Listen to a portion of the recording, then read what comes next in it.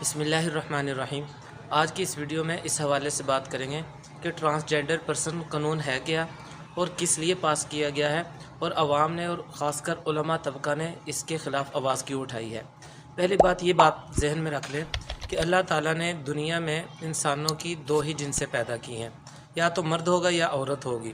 جو خواجہ سرا ہے، جن کو ہجڑا بھی کہا جاتا ہے، یہ کوئی مستقل تیسری جنس نہیں ہے، بلکہ یہ معذور افراد ہیں۔ جس طرح آنکھوں سے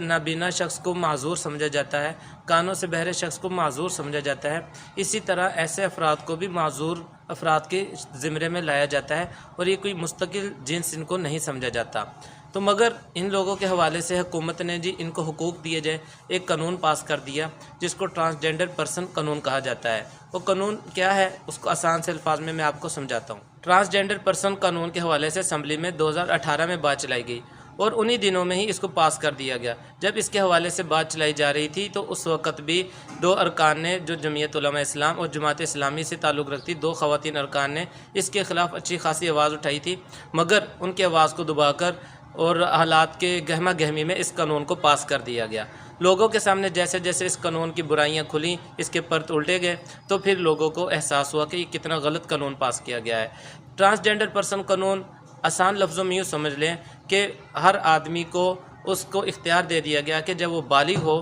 تو وہ نادرہ میں جا کے اپنی مرضی کی جنس لکھوا سکتا ہے۔ مرد اگر حلفیہ بیان دے کر کہتا ہے کہ میں عورت ہوں تو وہ اپنے آپ کو عورت لکھوا سکتا ہے، نادرہ والے اس کو عورت لکھنے پہ مجبور ہوں گے۔ ان کو کسی ڈاکٹری معائنے کی ضرورت نہیں ہے، نہ وہ کرنے کے مجاز ہیں۔ اسی طرح اگر کوئی لڑکی یا عورت نادرہ آفس میں جا کے اپنا جینڈر، اپنی جنس جو ہے وہ مرد لکھوانا چاہتی ہے اور اس پہ حلفیہ بیان دے دیتی ہے، تو نادرہ آفس والے اسی قانون کی وجہ سے، جس کو ٹرانسجینڈر پرسن قانون کہا جاتا ہے، اس کی جنس مرد لکھنے پہ مجبور ہوں گے۔ کوئی ڈاکٹری معائنہ وہ کرنے کی مجاز نہیں ہے۔ تو یہ قانون پاس کیا گیا ہے۔ دوسرے ممالک میں بھی اس قانون کو پاس کیا گیا ہے، مگر وہاں پہ ڈاکٹری معائنے کو شرط قرار دیا گیا ہے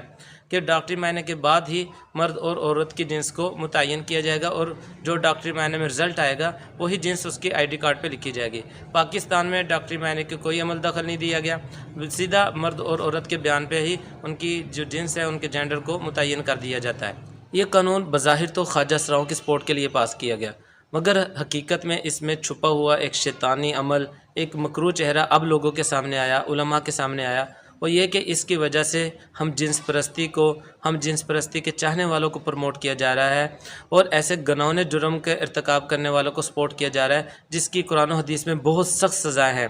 یعنی دو مردوں کی آپس میں شادی کو جواز دیا جا رہا ہے، دو عورتوں کی آپس میں شادی کو جواز دیا جا رہا ہے۔ اس لیے الحمدللہ اب علماء کو جیسے جیسے اس قانون کے بارے میں علم ہوا، انہوں نے اس کے خلاف آواز اٹھانا شروع کی، عوامی لیول پہ بھی، اور اسی طرح اسمبلی میں بھی اس کے خلاف آواز اٹھائی جا رہی ہے۔ جماعت اسلامی کے ایک رکن مشتاق احمد صاحب نے اس میں ترمیم کرنے کے لیے کہا ہے، اور اسی طرح مولانا فضل الرحمان صاحب کے بھائی عطاء الرحمان صاحب نے کہا کہ ہم اس قانون کو مسترد کرتے ہیں، اور جمعیت والوں نے اس کے متبادل قانون تیار کر لیا ہے کہ جس میں اگر کوئی شخص اپنی جنس لکھوانا چاہتا ہے تو حلفیہ بیان کے ساتھ اس کو